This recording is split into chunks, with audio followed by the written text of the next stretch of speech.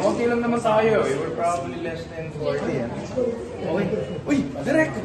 Kumusta ka na? Maestro. You're looking good, sir. How good? Then maybe we can go to New York and bring this there? Yes po. Di ba?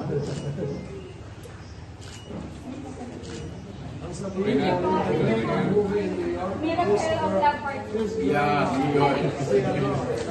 Direct, pwede natin gawin. Ano ay? Oo nga eh. Tapos shot in Europe, ito naman US. Dream kong ano yan, project yan, si Gabi Concepcion. Sulat na natin because Miracle of Love was written on the spot. It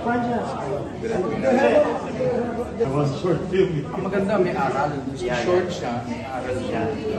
Ang dating talaga. Mayroong message. We actually have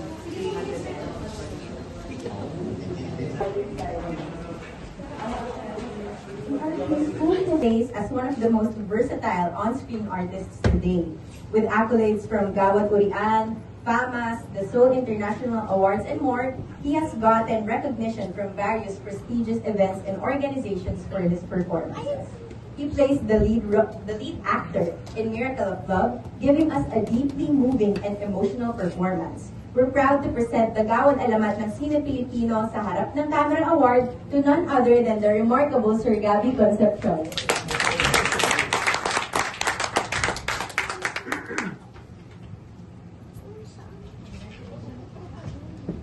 Thank you very much.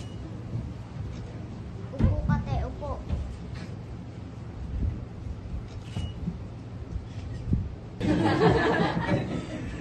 Salamat Karen. Ang Edu Cine, maraming salamat sa inyo. Kung hindi dahil sa inyo, wala tayo dito lahat. Yan ang dahilan kung bakit tayo nasa UP ngayon, itong walang karangalan yan. At dahil naman sa pelikula, bakit nagawa? Ito ngayon, ito ako gusto mag-share sa inyo. Nag-umpisa itong pelikula ng itong Miracle of Love dahil sa isang tao, dahil kay Roxanne Abad Santos. Siya ang aking leading lady dito. Siya ang unang leading lady ko na nagkaroon ng inyo. Huwag naman sana nangyayari sa iba. Sana first and last na yun. Pero hindi mabubuo yung pelikula kung hindi lumapit si Roxanne Abad Santos sa ating director na si Elwood Perez.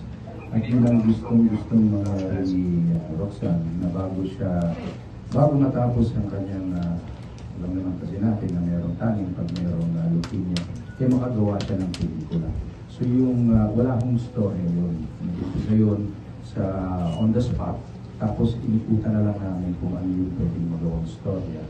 At mga ibang eksena doon base sa kanyang tunay na buhay. So napakalakas ng loob ni Roxanne Abad Santos at tinuloy pa niya yung dream niya. Na maraming salamat din sa kanyang pamilya, Abad Santos family. Nung nagkaroon kami ng premiere, lahat ng pinita ng premiere binigay namin sa pamilya niya. First, salamat din ako sa aking ama dahil kami ang nag-produce ng Miracle of Love at ang aking ama naman talaga ang driving force behind all of that. I was only 17 years old. 18 years old at that time. Roxanne was, I think, 26. Nung nagkaroon siya ng leukemia. Tapos, hindi na niya natapos ang pelikula, by the way. Nagdadabing pa lang kami, pumanaman siya. So, ang pamilya niya nakita naman. And everybody was hoping na sana makanood ni Roxanne. Bago siya kinuha ng Lord. But, actually, this is the first time na makapanood ko yung Miracle of Love. Hindi ko masyadong napanood because iniisip namin si Roxanne, very tragic yung panahon na yun. And when we had the premiere, napakadaming tao. So hindi rin kami makakonsentrate. I think now, parang first time ko lang siya makapanood ng ganitong relax na wala tayong... And then, Miss Snooki, mga kaibigan! Para pa ang naman sa ating leading lady, ayan si Snooki, just a short story about Snooki, kung bakit siya nagiging lady. Si Snooki. Magandang hapon po sa inyong lahat.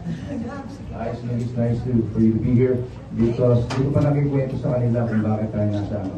Si Snooki almost did this movie for nothing. Kaya, palakpakan. Ang kailangan lang natin is thank you, Snooki. Si Snooki talaga, pamasahe lang, okay na kay Snooki during that time. Ang dad ko at saka yung mom niya were very close, pero hindi sila natin look. Close lang sila. Okay. So, anyway, since you're here, Snooki, can we have a few words from you? But before your long speech, Cookie, the awards giving body will give you your special Alamat Award. Alamat? Pero Parang, Gabs, di ba, no? parang matanda na talaga. Pero Gabs, di ba, let me just say, di ba, Gab, tayo, when we did the movie po, parang yung award namin was given to us na right there eh. Yung magawa lang yung pelikula, makasama lang si Direk Elwood, ako, makasama lang kita. Napakagaling na artista, gwapo ka, crush ko po si Gabi nung araw pa. Wow! Ba't di tayo Iyak nagpapalo? na Hindi, may Albert ka natin na naman. May shawl ka naman. Ano yung bawi nito? So, yun po yung award na yun na binibigay sa atin. This is really such a beautiful icing on the cake. But truthfully, I do not deserve it. Yung paggawa lang, magkaroon na ako ng trabaho, matulungan ko lang ang pamilya ko, magawa ko ng isang napakagandang obra na ilustration ni Direk Elwood Perez, nakasama pa kita, award na yun in itself. So mabigyan tayo ng award na yun ng mga kapit-kapit-tagang taon taga-UP. Totoo ba? My goodness, nandito po kayo lahat. Maraming Forever, salamat po. All forever glory humble. be to God, not ours. Forever humble ka talaga. Pero totoo yun, Gab. Oo, yun naman talaga. Gwapo naman, Gab.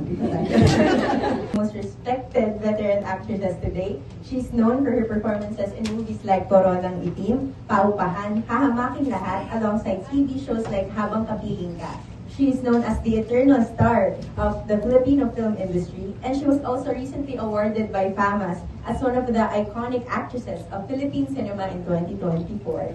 So she has graced Miracle of Love with a true passion and talent for making stories come to life.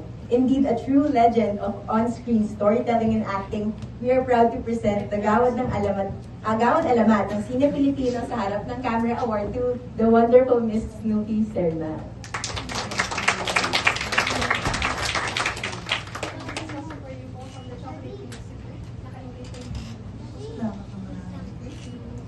I've said too much na nahiya nga ako. I thank Sir Gabi. Thank you for indulging me kanina. Thank you. Maraming salamat po. To continue, gusto ko lang talaga magpasalamat po sa inyo lahat for giving me the award that I do not deserve really because I was just happy to be able to do my job and everything is all in God's grace. Diba? Everything, I don't want to pontificate here. Pero talagang pumait lang ang Diyos. Thank you so much. Nahiya ako. Thank you.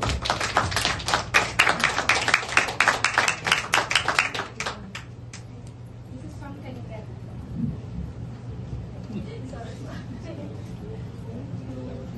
Teacher po ulit. Dali na kayo. Yung mga gear natin, shaggy ang dating yan eh.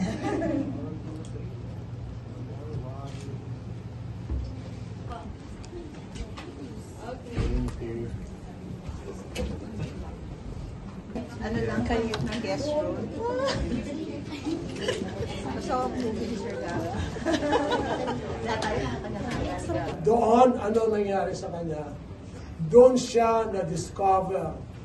Ang dami niya kasama mga child stars at hindi mo sasabing senior stars, pero siya ang umangat at naging Snooki. Wonder Child. Parang Shirley Temple of the Philippines. Si Gabi naman, palakpak! At ito namang si Gabi Concepcion.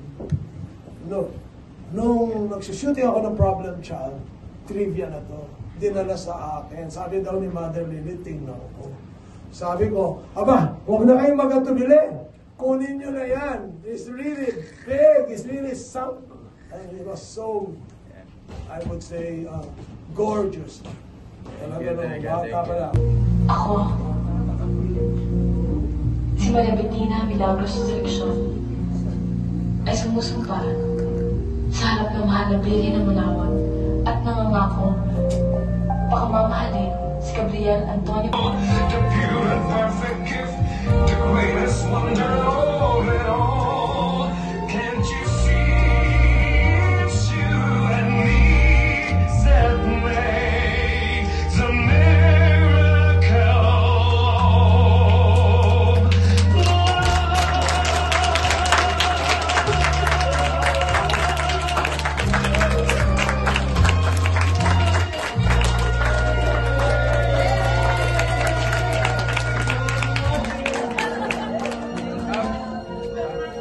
Maraming gusto magpa-picture sa'yo sa labas.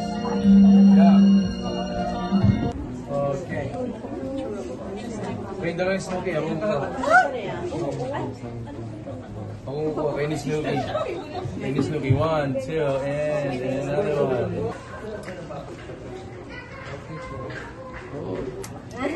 Parang kawakas na.